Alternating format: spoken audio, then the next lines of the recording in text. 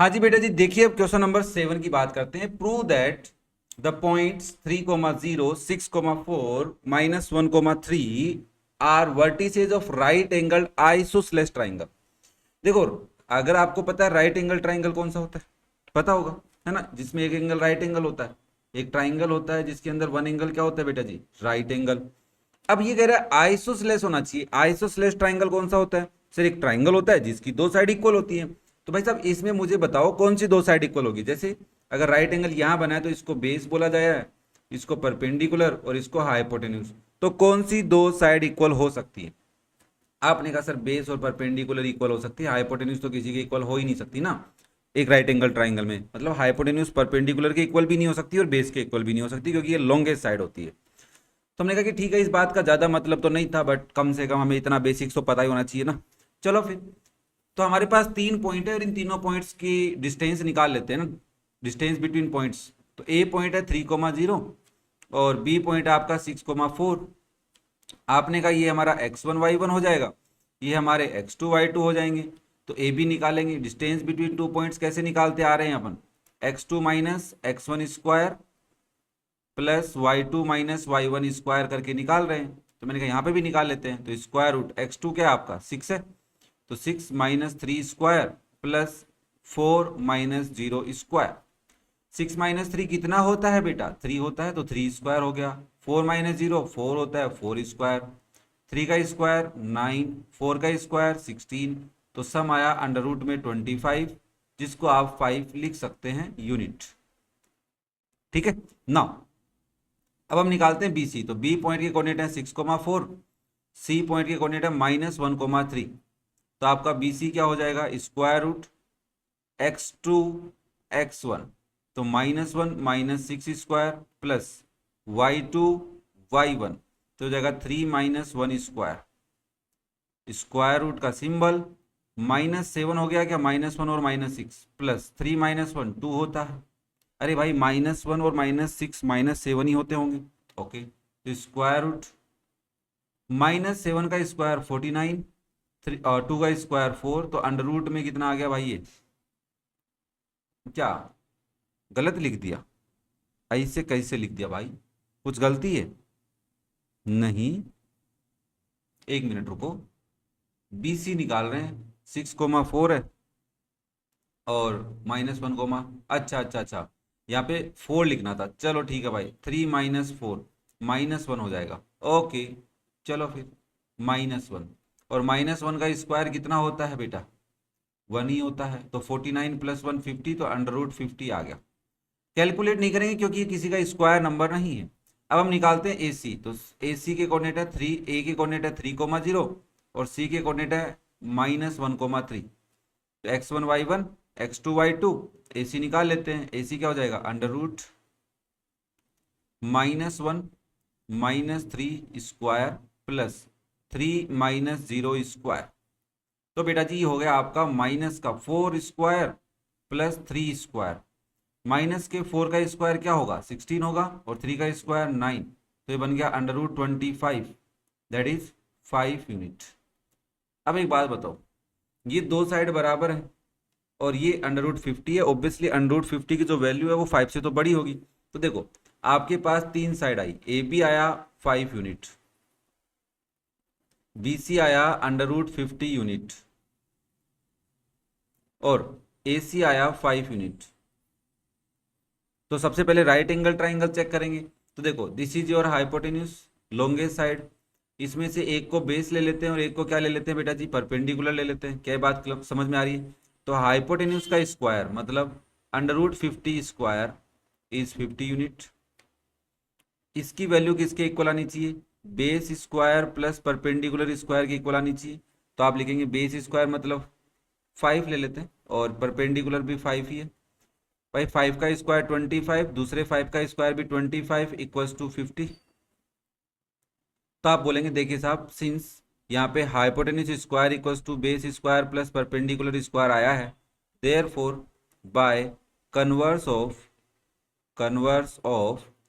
Pythagoras theorem, कि Pythagoras theorem की help से उसके रिवर्स प्रोसेस के अकॉर्डिंग हम ये बोल पा रहे हैं कि ये जो तीनों वर्टिसेज हैं राइट ट्राइंगल बना रहे हैं। और एंड दूसरी बात, ए बी इक्वल आया है ए सी के, that is 5 units.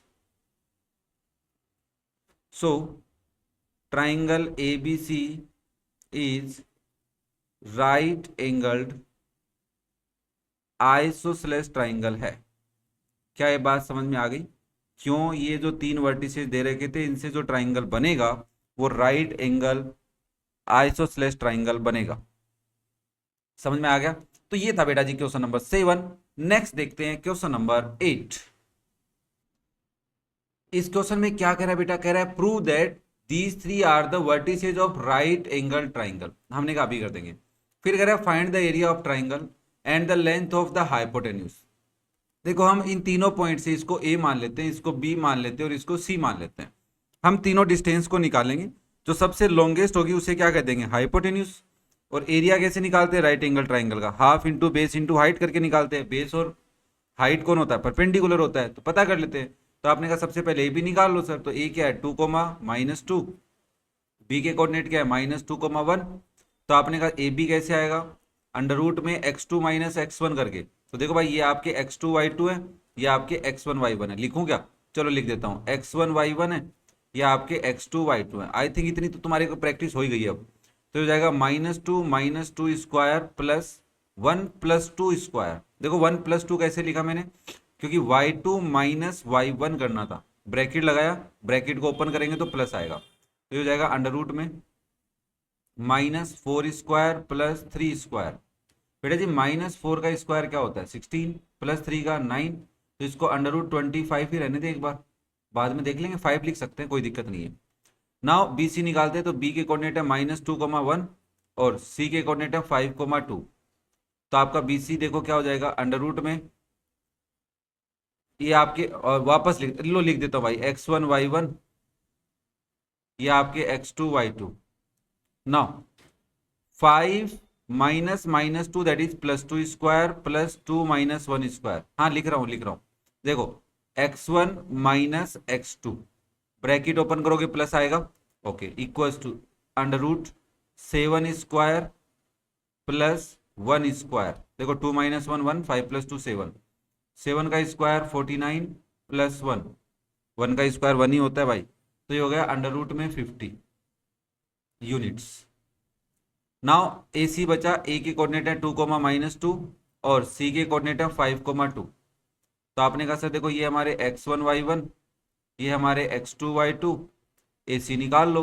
Under root में x2 - x1 that is 5 - 2 square plus y2 - y1। तो इसको मैं 2 + 2 लिख दूं क्या भाई? देखो जरा, अरे भाई साहब 2 - -2, 2 + 2 बनेगा कि नहीं बनेगा? तो हो जाएगा अंडर रूट के अंदर 5 - 2 3, 2 + 2 4 स्क्वायर, 3 का स्क्वायर 9, 4 का स्क्वायर 16। तो ये बन गया अंडर रूट 25 यूनिट्स। ठीक है, हाँ एस लगा सकते हो, कोई दिक्कत नहीं है। नाउ भाई देखो जरा, आपको नहीं पता लग रहा है यहाँ पे ए बी बराबर ए सी है, that is equals to under root 25, उसको हम 5 यूनिट बोल सकते हैं, ओके। और बी सी जो है आपका वो अंडर रूट 50 है। अंडर रूट 50 को मैं अंडर रूट में 25 इंटू 2 लिख लूँ, या 2 इंटू 25। क्यों लिखा मैंने? क्योंकि देखो जब भी स्क्वायर रूट के अंदर एक नंबर होता है उसको अगर स्प्लिट करना पड़े, पॉसिबिलिटी है कि उसमें एक नंबर स्क्वायर नंबर हो, दूसरा नॉन स्क्वायर नंबर हो, उनका प्रोडक्ट बने। तो आप यहाँ पे इसको अंडर रूट 25 को तो 5 बोल सकते हैं, और 2 अंडर रूट के अंदर ही रहेगा तो इसको अंडर रूट 2 यूनिट बोल सकते हैं। तो बताइए हाइपोटेन्यूज कौन है? तो आपने कहा सीधी सीधी बात है सर, यही हाइपोटेन्यूज है, क्योंकि दो साइड इक्वल कौन सी हो सकती है? बेस और परपेंडिकुलर ही हो सकती है। तो दिस इज आवर हाइपोटेन्यूज। अब हमारे पास जो ट्राइंगल बना है उस ट्राइंगल का लेंथ ऑफ हाइपोटेन्यूज तो हमने बता दी, एरिया भी बताना है। तो एरिया क्या होता है? एरिया ऑफ ट्राइंगल का फॉर्मूला याद है आपको? पक्का बताइए जरा। एरिया ऑफ ट्राइंगल अगर हमें बेस और हाइट पता है तो फॉर्मूला हो जाता है half into base into height. तो यहाँ पे बेस कौन है और हाइट कौन है? सर बेस और हाइट तो यही दोनों है ना, ए बी है, मतलब 5 ही है। तो आप लिखेंगे हाफ इंटू 5 इंटू 5। तो ये हो गया 25/2। आप चाहो तो डेसिमल में लिख दो या फिर ऐसे भी रहने दे सकते हो, फिर भी मैं लिख देता हूँ इसको, मैं 12 होल 1/2 बोल सकता हूँ, स्क्वायर यूनिट। स्क्वायर यूनिट होती है ना, unit square oblique unit square भी लिख सकते हो, कोई दिक्कत नहीं है। क्लियर है सबको, समझ में आ गया। हाइपोटेन्यूज की लेंथ समझ में आ गई। हाइपोटेन्यूज कितना है आपका 502 यूनिट है, और एरिया भी निकाल लिया। ओके, नेक्स्ट देखिए क्वेश्चन नंबर 9 कह रहा है कि prove that the points do not form a triangle. देखो 3 पॉइंट ट्राइंगल कब नहीं बनाते हैं, ये बात हमें समझनी पड़ेगी। देखो बेटा जी 3 पॉइंट्स मान लिए मैंने, एक का नाम है ए, एक का नाम है बी और एक का नाम है सी। अगर A B plus B C, A B plus B C equals to आ जाए ए सी के, तो ये ट्राइंगल नहीं बना सकते। क्यों नहीं बना सकते? क्योंकि ये कोलिनियर पॉइंट्स हो जाते हैं, एक ही लाइन पे हो जाता है। देखो अगर मैं तुम्हें कहूं कि ये एक ट्राइंगल है जिसमें एक साइड है 4 सेंटीमीटर और एक साइड है 6 सेंटीमीटर, और ये है 10 सेंटीमीटर, तो बेटा जी देखो दो साइड का सम ट्राइंगल में ग्रेटर देन थर्ड साइड होना चाहिए। बट यहाँ पे 4 + 6 का सम 10 के इक्वल आ रहा है। छोटा नहीं आना चाहिए, इक्वल भी नहीं आना चाहिए, बड़ा होना चाहिए, अदरवाइज तो ये ट्राइंगल ही नहीं बनेगा। क्योंकि भाई साहब देखो, जब दो, ये चौक है दो, है ना, बड़ा और छोटा, इनका सम 10 है, जब तुम इनको ऊपर करोगे तो ये दूर हो जाएंगे ना ऐसे, तो ट्राइंगल कैसे बनाएंगे? तो यही बेसिक कॉन्सेप्ट है यहाँ पे कि दो साइड का सम बड़ा होना चाहिए थर्ड साइड से। तो हमें पता है sum of two sides is greater than third side, अगर है थर्ड, ओके, ग्रेटर देन, हाँ हाँ सही लिखा है मैंने, थर्ड साइड होना चाहिए। अगर ऐसा नहीं है तो वो आपका ट्राइंगल नहीं बनेगा। तो आपने कहा ठीक है सर, अब भी निकाल के दिखाते हैं। मैंने कहा थोड़ा सा देखो इसमें फ्रैक्शनल वैल्यू दी है तो कैलकुलेशन की थोड़ी सी दिक्कत आ सकती है किसी बच्चे को, तो टेंशन मत लेना, समझ लेते हैं। मैंने कहा ये मेरा ए पॉइंट है, ये मेरा बी पॉइंट है और ये मेरा सी पॉइंट है। तो सबसे पहले मैं ए बी डिस्टेंस निकालूंगा, तो 2,3 है, और बी के कोऑर्डिनेट है -4, -6। तो दीज आर मेरे x1 y1, these are x2 y2। तो ए बी डिस्टेंस क्या हो जाएगी तुम्हारी, √ x2 - x1 that is -4 -2 square plus y2 - y1। तो √ में -4 प्लस और -2 कितने हो जाएंगे, -6 हो जाएंगे, प्लस -6 और -3 -9 हो जाएंगे। भाई साहब -6 का स्क्वायर 36 और -9 का स्क्वायर 81। हेलो, समझ में आ रही है बात? चलो फिर, तो इनका सम करने पे कितना आएगा भाई, ये आ रहा है √ में 3 + 1 6, 6 + 1 7, 3 + 8 11, तो 117। ऑब्वियसली एक स्क्वायर नंबर नहीं है तो हम इसको का ऐसे ही रख देते हैं, कोई दिक्कत नहीं। क्लियर है? अब क्या करेंगे सर, अब निकालेंगे अपन दूसरी डिस्टेंस। वो कैसे निकालेंगे, बी सी निकाल लेते हैं। तो मैंने कहा बी के कोऑर्डिनेट क्या है, क्या है भाई, बी के कोऑर्डिनेट -4,6। ओके, सी के कोऑर्डिनेट बताइए भाई। सर यही तो दिक्कत है यहाँ पे, 1,3/2, 1,3/2। ये आपके x1 y1, ये आपके बेटा जी x2 y2। तो आपका बी सी क्या हो जाएगा, √ में 1 -4 दैट इज +4। देखो मैं दोबारा यहाँ लिख के दिखाता हूँ, 1 -4 क्या हो जाएगा, ब्रैकेट ओपन करोगे प्लस हो जाएगा, प्लस स्क्वायर 3/2 -6 अगेन +6 हो जाएगा। ओके, अब मैं इस ब्रैकेट को सेपरेट सोल्व कर लेता हूँ। तुम चाहो तो √ के अंदर सोल्व कर सकते हो, मैं यहाँ पे सेपरेट कर रहा हूँ। 3/2 + 6, भाई देखो दो, एक फ्रैक्शनल नंबर और एक इंटीजर, इनको प्लस करने के लिए एलसीएम लेना होगा। इसके नीचे 1 लगाया अपन ने, तो एलसीएम आया, यहाँ पे 3 हो जाएगा, यहाँ पे 1 का डिवाइड 2 टाइम, तो 6 2 जा 12, तो ये हो गया भाई साहब 15/2। ठीक है, तो आपने लिखा √ में 1 + 4 5 होता है, तो यहाँ पे आ जाएगा 5 स्क्वायर, प्लस ये हो गया हमारा 15/2, तो यहाँ पे हो जाएगा 15/2 स्क्वायर। देखिए भाई 5 का स्क्वायर 25, प्लस जब किसी भी फ्रैक्शन का स्क्वायर करते हैं तो न्यूमरेटर का भी स्क्वायर, डिनोमिनेटर का भी स्क्वायर, तो न्यूमरेटर का स्क्वायर 225 और डिनोमिनेटर का स्क्वायर 4। अब √ के अंदर भी एलसीएम लेके प्लस करना होगा अपने को, तो स्क्वायर रूट, एलसीएम आ गया 4, 25, देखो 1 का डिवाइड, डिनोमिनेटर का डिवाइड एलसीएम में करते हैं, जितने टाइम जाता है उसको न्यूमरेटर से मल्टीप्लाई करते हैं। तो यहाँ पे 25 को 4 से मल्टीप्लाई करेंगे 100 आएगा, प्लस 225 को 1 से मल्टीप्लाई करना होगा, तो यह आ गया √ में 325/4। अब देखो स्क्वायर रूट निकालना है मुझे, तो डिनोमिनेटर का भी स्क्वायर रूट और न्यूमरेटर का भी स्क्वायर रूट सेपरेट निकल जाएगा। तो ऑब्वियसली नीचे वाले का तो स्क्वायर रूट 2 आ गया, बट 325 का स्क्वायर रूट निकालना है, तो ये थोड़ा सा मुश्किल काम हो जाता है। हम अगर आपको लॉन्ग डिवीजन मेथड आता है तो आप निकाल सकते हैं, तो प्लीज उसकी प्रैक्टिस करें। तो ये आ रहा है 18.03 अप्रोक्सीमेट। और जब आप 18.03 में, हेलो बेटा जी ध्यान से समझना, थोड़ी सी प्रैक्टिस करनी पड़ेगी, डिवाइड करते हो 2 का, तो आपको आंसर मिलता है 9.02 अप्रोक्स, है ना, यूनिट। क्लियर है सबको? हेलो, बात समझ में आ गई? इसके पास अप्रोक्स लिख सकते हैं अपन। नाउ हमने कहा कि सर एक लेंथ और निकालनी पड़ेगी, मैंने कहा भाई निकालेंगे, क्या करें? ए सी, तो ए के कोऑर्डिनेट्स क्या हैं आपके? ए के कोऑर्डिनेट है 2,3, और सी के कोऑर्डिनेट क्या है बेटा जी आपके? 1,3/2। ये आपके x1 y1, ये आपके x2 y2। तो आपने कहा सर ए सी डिस्टेंस क्या हो जाएगी? Square root 1 minus 2 square plus 3/2 minus 3 square. Now 3/2 minus 3 करना है, इसके नीचे 1 लगाएंगे बेटा जी और एलसीएम लेंगे, 2 आएगा, दैट इज 3 माइनस 6, आंसर आ गया -3/2। और 1 माइनस 2 तो आई थिंक आपको पता है -1 ही होता है, प्लस ये हो गया आपका -3/2 स्क्वायर। सोल्व कर लेते हैं, -1 का स्क्वायर 1, -3/2 का स्क्वायर मतलब माइनस का स्क्वायर तो प्लस हो गया, बट 3/2 का स्क्वायर मतलब 3 का स्क्वायर 9 और 2 का स्क्वायर 4। अब एलसीएम लेंगे, अंडर रूट के अंदर 4 आएगा, तो हो जाएगा 4 + 9, दैट इज अंडर रूट में 13/4, सेम अंडर रूट 13/4। भाई साहब देखिए डिनोमिनेटर तो 2 बन गया सर, बट ये अंडर रूट 13 हमें दिक्कत कर रहा है। मैंने कहा कोई दिक्कत नहीं है, under root 13 long division method से निकाला जा सकता है। तो बेटा जी इसका आंसर अप्रोक्सीमेट 3.61 आ रहा है। क्या आ रहा है? 3.61। अब अगर आप 3.61 में डिवाइड करते हैं किसका? 2 का, तो आंसर आ गया आपके पास 1.81 यूनिट। अब यहां पे देखो एसी डिस्टेंस तो आपको पता है, मैं लिख देता हूं फिर भी, एसी आया आपका बेटा 1.81 यूनिट, ओके। और ए बी आया था आपका, याद है ए बी, अंडर रूट के अंदर 117 यूनिट। कैलकुलेट किया था क्या अपन ने इसको? नहीं, तो चलो यहाँ पे कैलकुलेट करके लिख देता हूँ।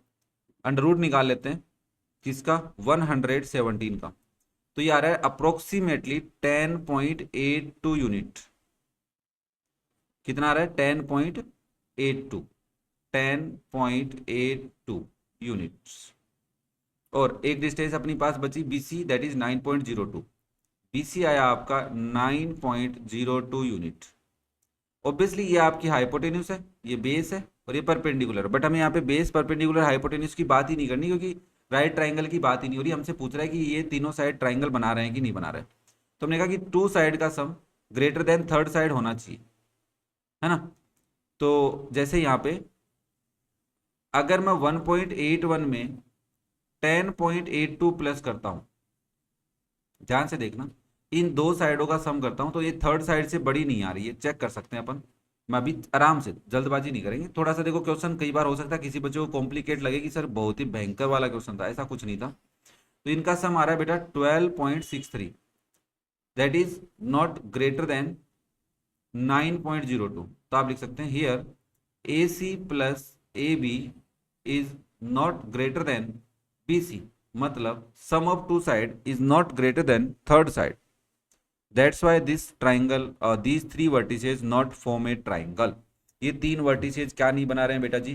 ट्राइंगल नहीं बना रहे हैं। आई थिंक ये बात समझ में आ गई। तो आपको एक बेसिक बात याद रखनी है कि अगर तुम्हें 3 वर्टिसेज दे दे और तुमसे पूछे कि क्या ये 3 वर्टिसेज ट्राइंगल बना रहे हैं, तो तुम्हें क्या करना है? तुम्हें उन तीनों साइड्स को निकालना है वर्टिसेज से और चेक करना है कि sum of 2 side is greater than 3rd side. अगर है तो ट्राइंगल बना रही है, 3 पेयर बनते हैं। जैसे मैं यहाँ पे लिख के दिखा देता हूँ, आराम से समझेंगे, जल्दबाजी बिल्कुल नहीं करनी है, क्योंकि देखो कॉन्सेप्ट को एक बार ही समझा जा सकता है, बार बार नहीं समझा जा सकता। तो प्लीज आप थोड़ा सा ध्यान दें।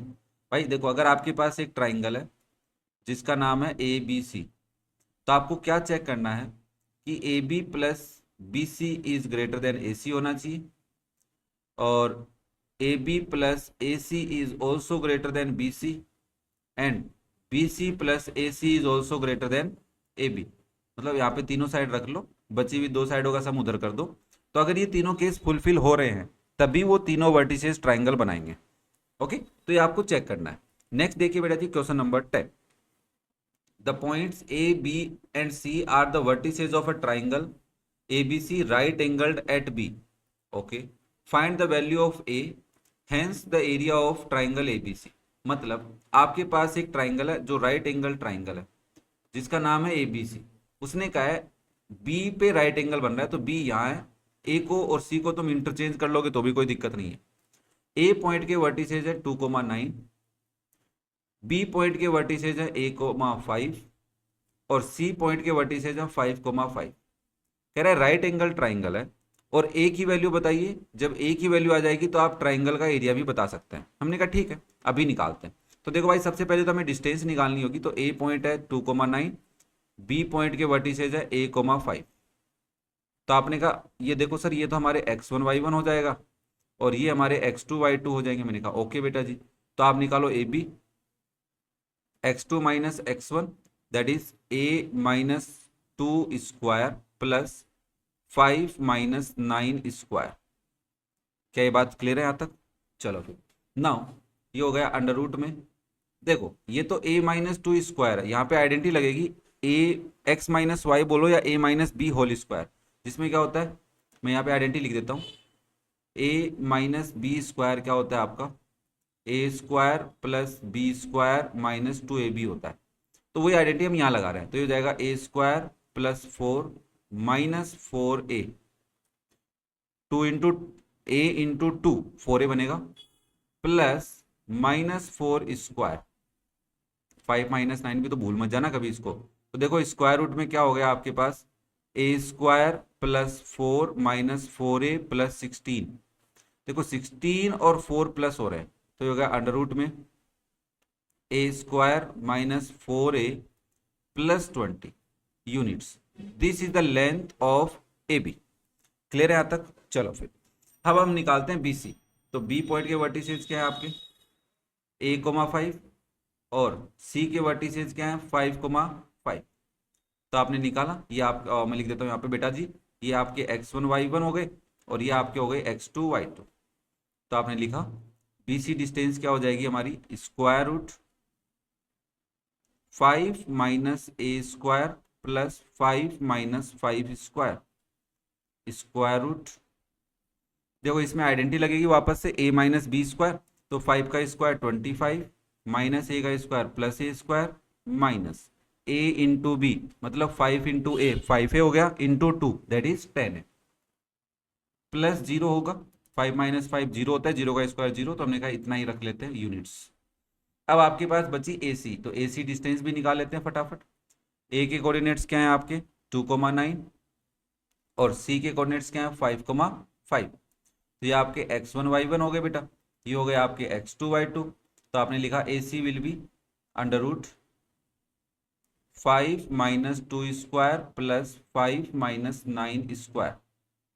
हाँ जी भाई साहब ध्यान से देखना, 5 माइनस 2 3, ये 9 है, 5 माइनस 9 4 होता है माइनस का। हाँ कोई दिक्कत नहीं है, मतलब ये होता है सर अगर प्लस 4 भी लिख देंगे तो भी कोई दिक्कत नहीं है, तो बट प्रॉपर तो लिखें। 3 का स्क्वायर 9 और माइनस 4 का स्क्वायर 16 इक्वल्स टू आ गया अंडर रूट में 25 that is 5 units.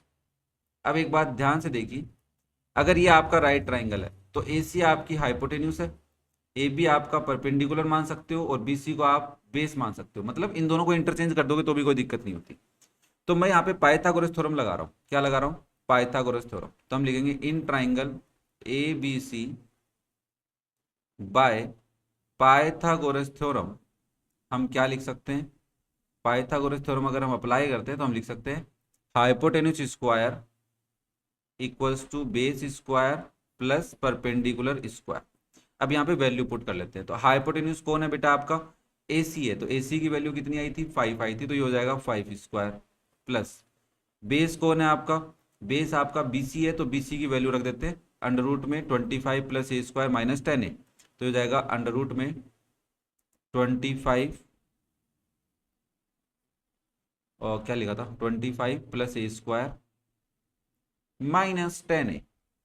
Square plus perpendicular square, मतलब परपेंडिकुलर कौन है आपका, ए बी है, तो ए बी की वैल्यू ये रही, A square minus 4a plus 20 under root में A square minus 4a plus 20 whole square. मैं एक बार चेक कर लेता हूँ, हाँ प्लस 20 है, ठीक है। अब हमें इसको सॉल्व करना है। क्या करना है बेटा जी, सॉल्व कैसे करेंगे, थोड़ा सा आप दिमाग लगा के देखो, आपको सॉल्व करना आ रहा है कि नहीं आ रहा, मैं तो बता ही रहा हूँ अभी। तो बेटा जी जब आपको एक कहा जाए ना, थोड़ी सी प्रैक्टिस कर लिया करो, तो प्लीज उसको सोल्व कर लिया करो, जिससे चीजें क्लियर होती है माइंड में कि हाँ मैंने गलती की थी, इसको ऐसे सुधार सकता हूँ, है ना। तो वो चीज, छोटी छोटी चीजें अपने आप ही सुधार लिया करो। चलो फिर मैं सोल्व करता हूँ। देखो 5 का स्क्वायर 25 हो गया। अगर इस पूरे पे अंडर रूट लगा हुआ है और उसका स्क्वायर है, मतलब स्क्वायर रूट हट जाएगा, तो हमारे पास बचेगा only bracket, that is 25 plus A square minus 10a। Similarly इसमें भी स्क्वायर रूट लगा हुआ है और स्क्वायर रूट के ऊपर स्क्वायर लगा हुआ है, तो स्क्वायर रूट रिमूव हो जाएगा, तो हमारे पास बचेगा plus A square minus 4a plus 20। अब देखो यहाँ पे हमें इसको सोल्व करना है, तो ए square plus A square 2a square हो गया, ओके। माइनस का 10a माइनस का 4a माइनस का 14a हो गया, 25 प्लस 20 प्लस का 45 हो गया, और इधर इक्वल्स में 25। बेटा इस 25 को उधर ले जाओ, तो मेरे पास क्या बचेगा, यहाँ पे 0 equals to 2a square minus 14a plus 45 minus 25। तो आपके पास बचा 0 equals to 2a square minus 14a plus 20। ये हो गया क्वाड्रेटिक इक्वेशन। क्या बन गई बेटा जी, ये क्वाड्रेटिक इक्वेशन। मैं इसको सोल्व करता हूँ आराम से। देखो एक बात बताओ मुझे, अगर मैं इसको इधर लिख दूं और इसको इधर लिख दूं, एलएचएस को आरएचएस बना दूं, आरएचएस को एलएचएस, तो साइन चेंज होंगे क्या, नहीं होंगे, कोई दिक्कत नहीं है ना। साइन चेंज नहीं होते जब आप दोनों को एक साथ रोटेट करते हो, तो पूरे पूरे को एलएचएस को आरएचएस में लिखना चाहो और आरएचएस को एलएचएस में, तो साइन चेंज नहीं होते हैं। तो मैं इसको यहाँ पे लिख रहा हूँ 2a square minus 14a plus 20 equals to 0। सबसे पहले मैंने देखा कि इन तीनों टर्म्स में से 2 कॉमन आ रहा है, तो मैंने 2 कॉमन ले लिया, A square minus 7a plus 10 equals to 0। तो आपके पास बचा A square minus 7a plus 10 equals to 0। क्योंकि देखो मैथ में क्या होता है, दो चीजों का प्रोडक्ट अगर 0 है, तो आपको पता है 2 तो 0 नहीं हो सकता, मतलब ये ब्रैकेट ही 0 होगा, तो आप कोमा लगा के लिख सकते हैं 2 इज नॉट इक्वल्स टू 0। तो हमने यहाँ पे लिखा। अब इसको सोल्व कैसे करेंगे भाई, मिडल टर्म स्प्लिटिंग मेथड लगाएंगे। तो 10 के 2 टुकड़े करने, तो मैंने कहा 5 2 जा 10 होता है, प्रोडक्ट प्लस का है तो इन दोनों को माइनस का ले सकते हैं, तो माइनस 7 भी आ जाएगा। तो आपने लिखा A square minus 5a minus 2a plus 10 equals to 0। इन दोनों में से a कॉमन आ रहा है, a माइनस 5 बचा। इन दोनों में से क्या कॉमन आ रहा है, 2 भी कॉमन आ रहा है, बट ब्रैकेट में प्लस का a चाहिए, तो यहाँ पे माइनस a बचेगा, तो माइनस भी बाहर ले लेते हैं, 2 भी बाहर ले लेते हैं, तो बचेगा a माइनस 5 इक्वल्स टू 0। अब आपने कहा a माइनस 5 कॉमन ले लेते हैं, तो a माइनस 2 बचेगा, दैट इज इक्वल्स टू 0। अब अगेन दो चीज़ों का प्रोडक्ट 0 है, तो आपने कहा सर देखो a माइनस 5 भी 0 हो सकता है, या फिर a माइनस 2 भी क्या हो सकता है, 0। तो आपने लिखा a इक्वल्स टू 5 आ गया यहाँ से, और यहाँ से a की वैल्यू क्या आ गई, 2 आ गई। मतलब a की दो वैल्यू एग्जिस्ट करती हैं कि नहीं करती। तो हमने कहा कि भाई चेक करना पड़ेगा। कैसे, सर देखो आपके पास दो डिस्टेंस हैं जिन पे a डिपेंड कर रहा है, ए बी पे कर रहा है और बी सी पे कर रहा है। मैंने कहा हाँ, तो एक बार दोनों को लिख देते हैं यहाँ पे। तो मैंने कहा लिख दो भाई, ए बी कितना है आपका, ए बी है, देखो ये वाली बात आपको समझनी पड़ेगी, डायरेक्ट आंसर नहीं निकाल सकते अपन, है ना। ए बी क्या है आपका, ए स्क्वायर माइनस 4a प्लस 20, ए स्क्वायर माइनस 4a प्लस 20। अब मैंने कहा कि अगर मैं a की जगह 5 रखता हूँ यहाँ पे, मैंने कहा रख के देख लो भाई, तो हो जाएगा अंडर रूट में 5 स्क्वायर माइनस 4 इंटू 5 प्लस 20, तो आंसर आ गया अंडर रूट में 25 माइनस 20 प्लस 20, ये 0 हो गए, तो हमारे पास बचा अंडर रूट 25। हमने कहा ठीक है, ये तो वैल्यू एग्जिस्ट करती हुई नजर आ रही है, 5 यूनिट आ रहा है, कोई दिक्कत नहीं है। तो बेटा जी देखो वहाँ पे क्या हुआ, थोड़ा सा मैंने पोज लिया था और पोज के बाद में रिकॉर्डिंग स्टार्ट नहीं हुई, तो मैं आपको समझा देता हूँ, मैंने समझा दिया था। देखो आपने क्या किया, ए बी 5 यूनिट आ गया। अब हम पुट करते हैं a इक्वल्स टू 2, तो जब हम ए बी में a इक्वल्स टू 2 पुट करेंगे, जैसे a स्क्वायर मतलब 2 स्क्वायर हो गया, 4 इंटू 2 हो गया प्लस 20, 2 का स्क्वायर 4 माइनस 8 प्लस 20, तो यहाँ पे 4 माइनस 8 माइनस 4 होता है, माइनस 4 प्लस 20 करेंगे तो प्लस 16 आएगा अंडर रूट में, तो आंसर आ गया 4 यूनिट। आपने कहा ठीक है सर, यहाँ पे तो देखो ए बी की वैल्यू सही आ रही है, 5 यूनिट भी आ रही है, 4 यूनिट भी आ रही है, मतलब ना तो ए बी नेगेटिव में आ रहा है, अंडर रूट के अंदर कोई नेगेटिव नंबर भी नहीं बन रहा है, तो हमें तो लग रहा है कि ए की वैल्यू दोनों सही है। फिर हमने कहा कि भाई देखो हमारे पास एक और भी है, कौन, बी सी। तो हम बी सी में क्या करते हैं, ए की जगह 5 पुट करते हैं। तो मैंने ए की जगह 5 पुट किया तो 25 प्लस 5 स्क्वायर माइनस 10 इंटू 5 हो गया। तो इसको सोल्व किया तो 25 तो सही है, 5 का स्क्वायर 25 हो गया, माइनस 50, इनका प्लस किया 50 माइनस 50 जीरो आ गया। मतलब कि ये कह रहा है कि बी सी जीरो हो जाएगा जब आप ए की जगह क्या रखोगे, 5। तो क्या एग्जिस्ट करेगा, तो आपने कहा नहीं, इसका मतलब ए की वैल्यू 5 तो एग्जिस्ट नहीं करेगी। फिर भी हमने कहा कि 2 तो चेक कर लेते हैं और काम भी आएगी आगे हमारे को। तो आपने ए इक्वल्स टू 2 पुट किया, 25 प्लस 2 स्क्वायर माइनस 10 इंटू 2, इसके अंदर वैल्यू पुट की, सोल्व किया हमने, तो आंसर आया under root 9 that is 3 unit. तो हमने कहा ठीक है साहब, देखो ए इक्वल्स टू 5 एग्जिस्ट नहीं करेगा, बिकॉज ए की वैल्यू क्या है, जब 5 ले रहे हैं तो बी सी जीरो आ रहा है, तो ये एग्जिस्ट नहीं कर रहा इस रीजन से। तो हमने कहा कि ए इक्वल्स टू 2 इज हमारा करेक्ट आंसर। तो अगर ए 2 लेते हैं तो बी सी आता है 3 यूनिट, ए बी 4 यूनिट आता है और ए सी आता है 5 यूनिट, जो है ए सी 5 यूनिट ही है वैसे भी। अब हमसे एरिया पूछ रहा है, तो देखो सबसे बड़ी साइड कौन है, ए सी है, और हमसे क्वेश्चन कह रहा था कि राइट एंगल ट्राइंगल है। क्या ये राइट एंगल ट्राइंगल है, तो ए सी हमारा हाइपोटेन्यूज होगा, ए बी और बी सी में से एक को बेस ले लेंगे और एक को परपेंडिकुलर। तो मैंने यहाँ पे एरिया निकालने के लिए बी सी को परपेंडिकुलर लिया है, ए बी को बेस लिया है, फिर हम एरिया निकाल रहे हैं, that is half into base into height, A B into B C, value put कर दी, वैल्यू पुट करने के बाद में एरिया आ गया 6 स्क्वायर यूनिट। देखो बेटा इस क्वेश्चन के अंदर कैलकुलेशन तो थी, आपने भी नोटिस किया होगा ना, कैलकुलेशन थी, समझना भी जरूरी था, और ये क्वेश्चन तुम्हारे को थोड़ी प्रैक्टिस करनी चाहिए। फिर भी कोई डाउट रह जाए तो कमेंट करके पूछ लेना। वीडियो पसंद आ रहे हो तो लाइक करना, दोस्तों के साथ शेयर जरूर कर लेना, चैनल को सब्सक्राइब भी करते रहो। ओके, चलो नेक्स्ट करते हैं क्वेश्चन नंबर 11, है ना। बाई चांस कभी कभी ऐसी मिस्टेक्स हो जाती हैं अपने से कि रिकॉर्डिंग कर रहे हैं बीच में पॉज ले लिया। चलो क्वेश्चन नंबर 11 क्या कह रहा है, कह रहा है if the point is equidistant from the point A and B, find K, also find the length of A P. मतलब आपके पास दो पॉइंट है, एक पॉइंट है ए जिसके कोऑर्डिनेट है -2 कोमा के, और एक पॉइंट है बी जिसके कोऑर्डिनेट है -2 के कोमा -3। ये दो पॉइंट है, मान लो एक पॉइंट यहाँ है और एक पॉइंट यहाँ है, इन दोनों पॉइंट से इक्वल डिस्टेंस पे पी है। मतलब यहाँ से यहाँ आया मैं और यहाँ से यहाँ आया, तो ये दोनों डिस्टेंस बराबर है, और यहाँ कौन बैठा है, पी बैठा है। मतलब इस बात से हम ये बोल सकते हैं क्या कि A P equals to B P है। आपने कहा यस सर बोल सकते हैं। तो मैंने कहा कि अगर ए पी बराबर बी पी है तो ए पी का स्क्वायर भी बराबर होगा बी पी स्क्वायर के। आपने कहा ये भी बात सही है, तो स्क्वायर रूट तो हटा दिया अपन ने। अब हमें कह रहा है के की वैल्यू पता कीजिए, तो हमने कहा ये एक रिलेशन हमें पता है, तो आप यहां पे लिखेंगे according to question point P is equidistant from the points A and B। A और बी पॉइंट से वो इक्विडिस्टेंस पे है, तो हमने लिख दिया so A P equals to B P, और हम ऐसा भी बोल सकते हैं A P square equals to B P square.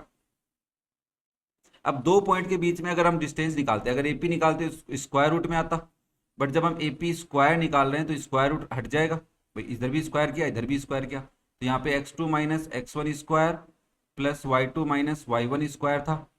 तो अब हमारे पास क्या बचेगा, only x2 minus x1 square plus y2 minus y1 square. क्या बात क्लियर है। तो अगर मैं ए पी पॉइंट की बात करूं तो मैं यहाँ पे लिख देता हूं तुम्हारे लिए, ए पॉइंट के कोऑर्डिनेट्स हैं -2 कोमा के, और पी पॉइंट के कोऑर्डिनेट हैं 2,2। सिमिलरली यहाँ पे बी पॉइंट के कोऑर्डिनेट हैं -2 के -3, और पी पॉइंट के कोऑर्डिनेट में दोबारा लिख लेता हूँ 2,2। देखो ए पी के लिए आपके ये हैं x1 y1 और ये हैं आपके x2 y2, और बीपी के लिए ये हैं आपके x1 y1 और ये हैं आपके x2 y2।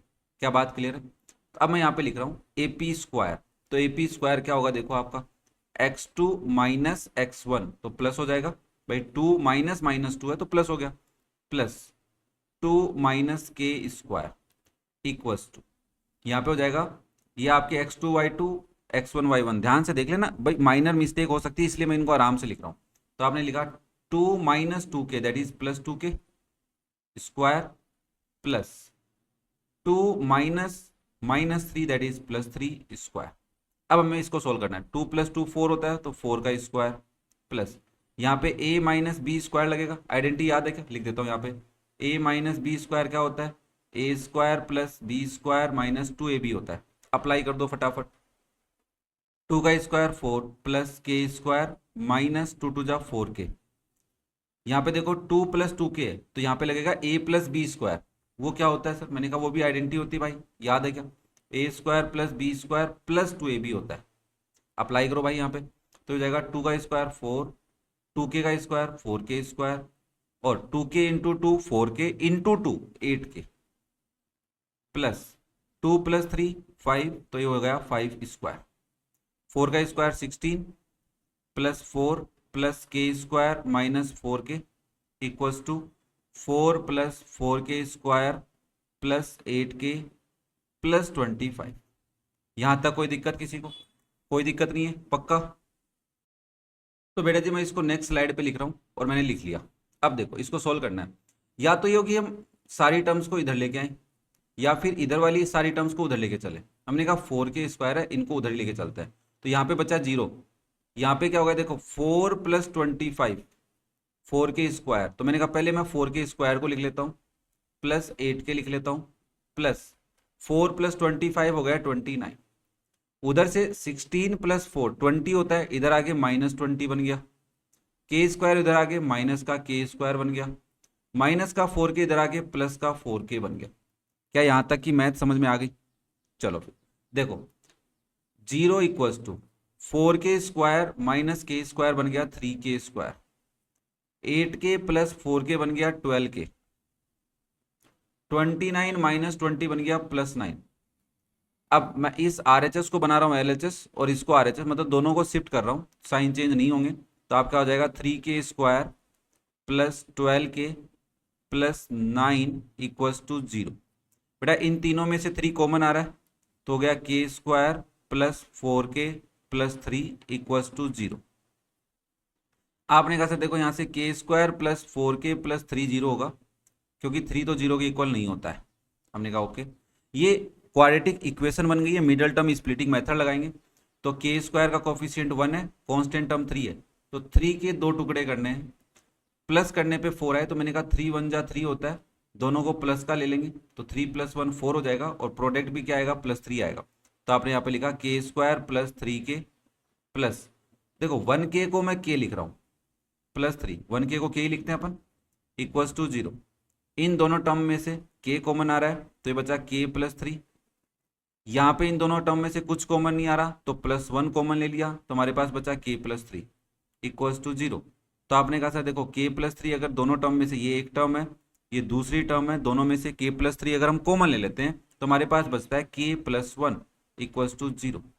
क्या यहाँ तक बात क्लियर? देखो ये क्वाड्रेटिक इक्वेशन वाला चैप्टर अपन पढ़ चुके हैं, तो उम्मीद कर रहा हूँ कि मिडल टर्म स्प्लिटिंग मेथड आपको आता है ना। यहाँ से आपने कहा कि सर दो चीज़ों का प्रोडक्ट 0 है, तो दोनों की वैल्यू 0 होनी चाहिए। मैंने कहा यस, तो यहाँ से k की वैल्यू आ गई -3 और यहाँ से k की वैल्यू आ गई -1। अब बताओ कौन सी वैल्यू लोगे? आपने कहा सर फिर कंफ्यूजन में डाल दिया आपने। मैंने कहा भाई दोनों वैल्यूज पुट करके चेक करनी पड़ेंगी। जैसे लिसन, आपका AP में भी k है और BP में भी k है। मैंने कहा कि मैंने AP को सोल्व कर लेता हूँ यहाँ तक और BP को सोल्व कर लेता हूँ यहाँ तक, फिर मेरा काम बन जाएगा, क्योंकि AP अंडर में निकाल लेंगे है ना, और BP भी अंडर में निकाल लेंगे। दोनों वैल्यू एग्जिस्ट कर सकती हैं? हाँ सर दोनों वैल्यू भी एग्जिस्ट कर सकती हैं, कोई दिक्कत नहीं है। हेलो, दोनों वैल्यू एग्जिस्ट कर सकती हैं। और हमसे क्या पूछ रहा है? AP डिस्टेंस ही पूछ रहा है। तो हमने कहा सर BP क्यों निकालना है, BP को नहीं निकालेंगे, ओनली AP निकालेंगे। तो मैंने कहा AP कितना हो गया 16 + 4 20, तो ये हो गया k square minus 4k plus 20। हुआ कि नहीं हुआ? तो आपने कहा सर सीधी सीधी बात है, AP जो है वो हमारा क्या है, स्क्वायर रूट के अंदर। भाई देखो यहाँ पे स्क्वायर की वैल्यू निकाली थी ना आपने, स्क्वायर की वैल्यू निकाली थी, तो अभी हम स्क्वायर रूट की वैल्यू निकाल रहे हैं। k square minus 4k plus 20। तो मैंने कहा k की दो वैल्यू, तो मैंने कहा k की पहली वैल्यू क्या है आपकी, बताओ जरा, अब -1 ले लेते हैं। चलो फिर, तो हमने कहा यहाँ पे क्या हो जाएगा, देखो भाई जरा ध्यान से, स्क्वायर रूट में -1 का स्क्वायर -4 × -1 प्लस 20। कैलकुलेशन का ध्यान रखना है भाई प्लीज, है ना, थोड़ा सा ध्यान रखना। -1 का स्क्वायर +1, -4 को -1 से मल्टीप्लाई करेंगे +4 आएगा प्लस 20, तो 20 + 4 24 प्लस 1 25, तो under root 25 that is 5 units. Okay, अगर मैंने कहा कि के की वैल्यू क्या ले लेते हैं अपन, दूसरी वैल्यू भी तो अपने पास दैट इज -3, तो भी तो आंसर आ सकता है। तो आपने कहा ठीक है सर निकाल लो। तो मैंने कहा देख भाई लिख रहा हूँ मैं वैल्यू, -3 का स्क्वायर -4 इंटू -3 प्लस 20, तो ये हो गया अंडर रूट में -3 का स्क्वायर 9 प्लस, क्योंकि माइनस इंटू माइनस प्लस होगा ना, 4 3 ज़ा 12 प्लस 20। देखो 12 में 9 प्लस करेंगे 11 21 आएगा, 21 में 20 प्लस करेंगे 41 आएगा, तो अंडर रूट में 41 यूनिट्स। तो डिस्टेंस ऑफ एपी 2 आ गई, अंडर रूट 41 भी हो सकती है और 5 भी हो सकती है, कोई दिक्कत नहीं है। अब तुम्हारे दिमाग में क्वेश्चन आना चाहिए ऐसा कैसे हो सकता है सर, भाई सर पी के कोऑर्डिनेट है 2,2, तो के की वैल्यू माइनस और प्लस -1 और -3 कैसे हो सकती है। इस बात को आप जब कार्टेशियन प्लेन पे रिप्रेजेंट करेंगे तब आपको समझ में आएगा कि सर देखो ये पॉइंट -1 पे है और ये पॉइंट हो गया +2 पे, 2 -2 प्लस हो ना, तो ये कौन से क्वाड्रेंट में हो गया, ये हो गया फोर्थ क्वाड्रेंट में, और ये कौन से क्वाड्रेंट में है, फर्स्ट क्वाड्रेंट में, और ये कौन से क्वाड्रेंट में, थर्ड क्वाड्रेंट में। तो अगर एक पॉइंट फर्स्ट क्वाड्रेंट में है तो हो सकता है वो थर्ड क्वाड्रेंट और फोर्थ क्वाड्रेंट के पॉइंट से इक्वल डिस्टेंस पे हो। हाँ जी सर ये बात भी सही है, हो सकता है ऐसा, तो कोई दिक्कत नहीं है। मैंने कहा अगर मैंने -3 ली तो ये तो -3 रहेगी, हाँ, और ये हो जाएगी +6, तो अगेन ये फोर्थ क्वाड्रेंट में है बी पॉइंट, तो और ये कौन से क्वाड्रेंट में, थर्ड क्वाड्रेंट में, तो कोई आगे जाके भी तो पॉइंट हो सकता है, क्या दिक्कत है इसमें। आपने कहा ठीक है सर आपकी बात मान ली हमने। मैंने कहा माननी पड़ेगी ना, ऑप्शन नहीं अपने पास, हाँ हाँ हाँ। चलो फिर नेक्स्ट क्वेश्चन करते हैं, last question of the exercise, that is question number 12।